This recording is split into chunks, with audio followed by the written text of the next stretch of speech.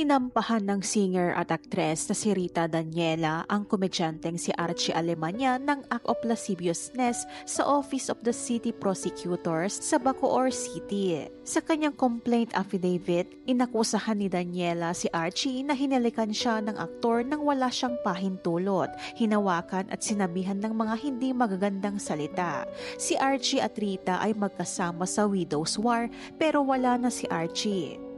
Ayon sa singer at aktres, nangyari ang insidente noong September matapos siyang dumalo sa isang Thanksgiving party na ginanap sa bahay ni Bea Alonzo. Pagdating ni Rita sa party ay halatang lasing na umano si Archie. Sinabihan daw siya ng aktor ng, "Naku Rita, huwag ka lumapit sa akin, napaka-fuckable mo tonight." Hindi na raw siya naging komportable sa komentong iyon ni Archie.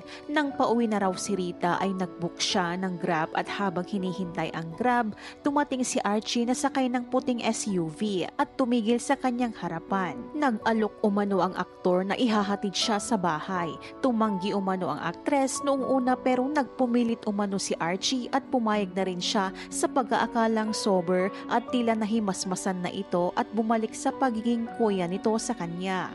Habang nasa biyahe, inakbayan umano siya ni Archie at hinahawakan siya sa balikat at leeg. Nang makarating sa bahay at bababa na sana ng van si Daniela, ay hinawakan umano ni Archie ang kamay niya at humingi ng halik.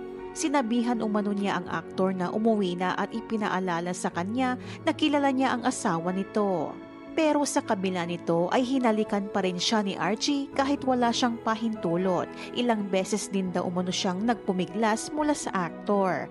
Nagawa din umano ni Archie na yakapin siya at hawakan mula sa likod nang hatakin nito ang kanyang bag.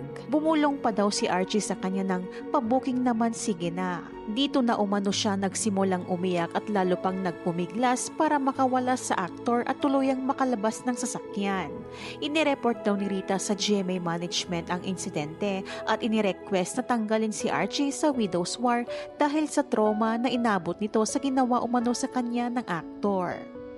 Kinabukasan daw ay nag-text si Archie sa aktres at humingi umano ng paumanhin sa kanya sa kanyang inasal gawa ng kalasingan. Isinama naman ni Daniela sa reklamo ang screenshot ng mensahe ni Daniela kay Archie kaugnay sa ginawa nitong pambabastos sa kanya.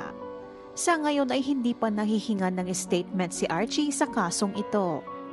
Ano naman ang masasabi mo dito? Ibahagi ang iyong komento.